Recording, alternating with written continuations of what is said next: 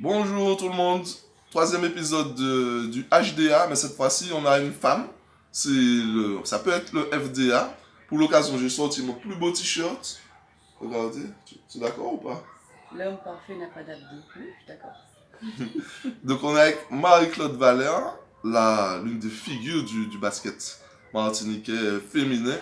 Donc comme j'ai une collègue qui m'a dit qu'elle ne connaît pas nos sportifs, elle n'est pas très sport, donc elle va se présenter, elle va nous donner son parcours sportif.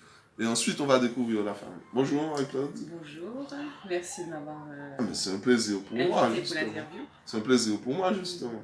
D'accord. Alors, qui es-tu? Alors, Sportivement d'abord. sportivement, donc je joue au basket depuis l'âge de 11 ans. Donc j'ai commencé en métropole et je suis arrivée ici, j'avais 15 ans. J'avais pas de club, donc je m'étais orientée vers le foot.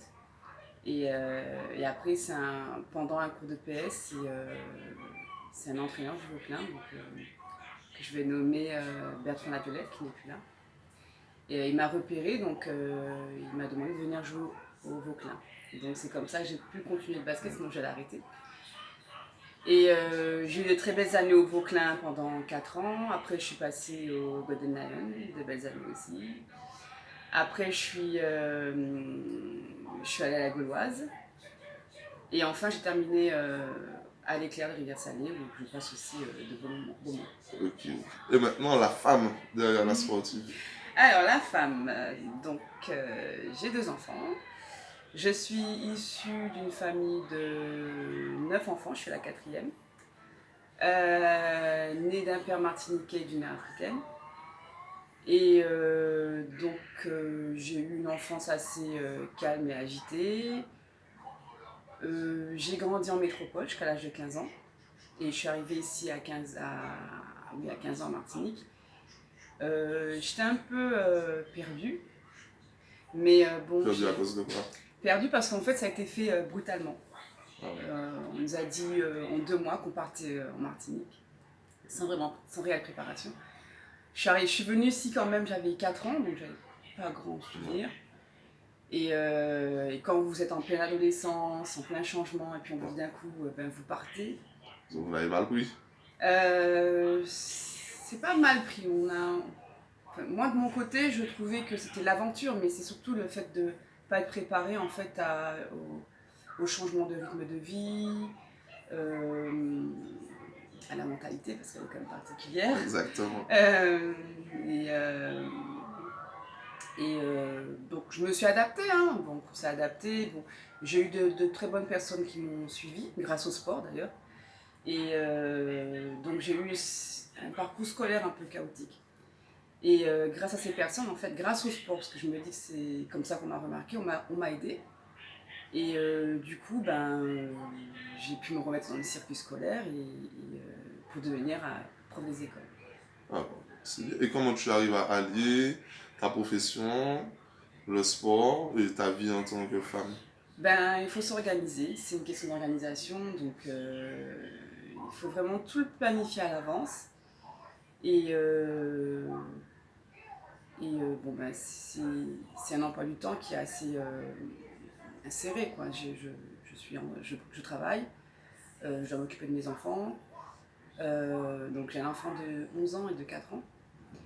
J'ai ma vie sportive, donc il faut que je cale aussi Oui, dans justement. l'emploi du temps. Donc, Tu as le temps de faire tes ongles, aller chez la coiffeuse et tout. oui, aussi, oui. Oui, j'ai le temps de tout faire. C'est juste une question d'organisation et de priorité aussi.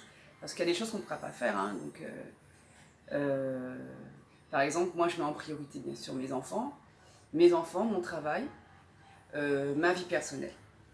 Et le basket, il est quand même en dernier. Ouais. Mais il a quand même une place importante. Le sport occupe quelle place dans ta vie? Euh, Si, c'est important, mais ça prend pas une grande place. Mais déjà, c'est parce que j'ai toujours été habituée à faire du sport. Donc du coup, j'ai pas perdu en fait, j'ai pas perdu grand chose en fait au niveau physique. Et il y a aussi l'hygiène de vie. Donc même si le sport a de la place, mais c'est pas, je m'entraîne pas tous les jours. Je m'entraîne 3 fois par semaine. Je vais en salle 2 fois. En général, c'est juste avant le sport.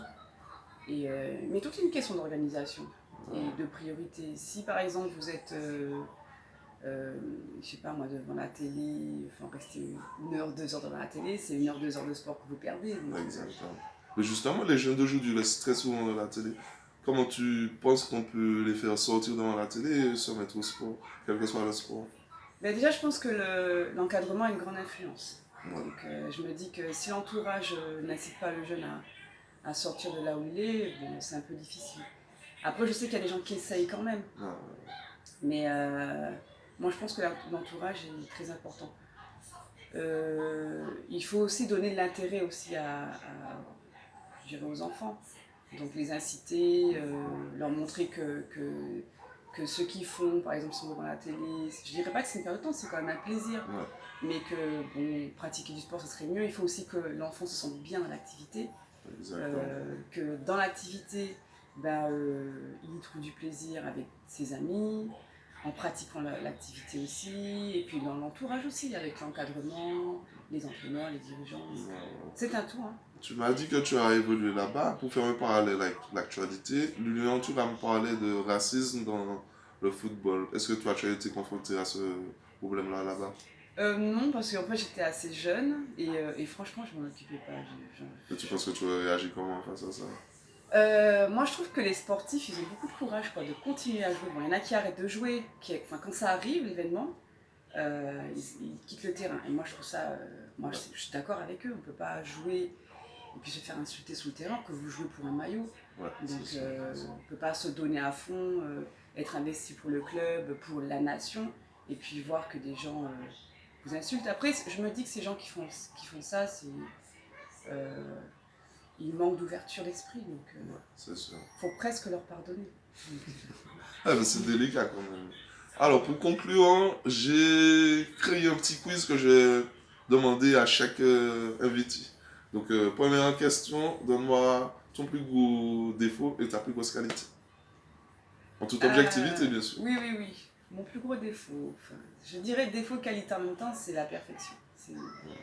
Quand on est perfectionniste, on n'est jamais satisfait, donc ça devient un défaut. Et quand on a ce caractère-là, donc on arrive au bout de ses projets. Et les choses sont bien faites. Les choses sont bien faites vues par les autres, mais vues par soi-même, on a l'impression que c'est jamais bien fait. Donc ça à la fois une qualité et un défaut. Ok. Quel sport tu voudrais pratiquer si tu n'avais pas fait du basket? De la gym. Ah ouais. Et quel sport tu n'aurais jamais pratiqué au contraire? Non, j'aime tous les sports. Franchement, j'aime tous les sports. Même le cyclisme ou la natation? Oui, j'aime tous les sports, franchement. Dès que ça transpire, j'aime. C'est cool. Autre question, est-ce que dans ta vie tu avais une phrase, un dicton ou un proverbe pour quand ça allait mal, tu te le répétais pour avancer? Rester positif. Et qu'il y a toujours une solution. Ok. Dernière question, la plus gênante, enfin embarrassante.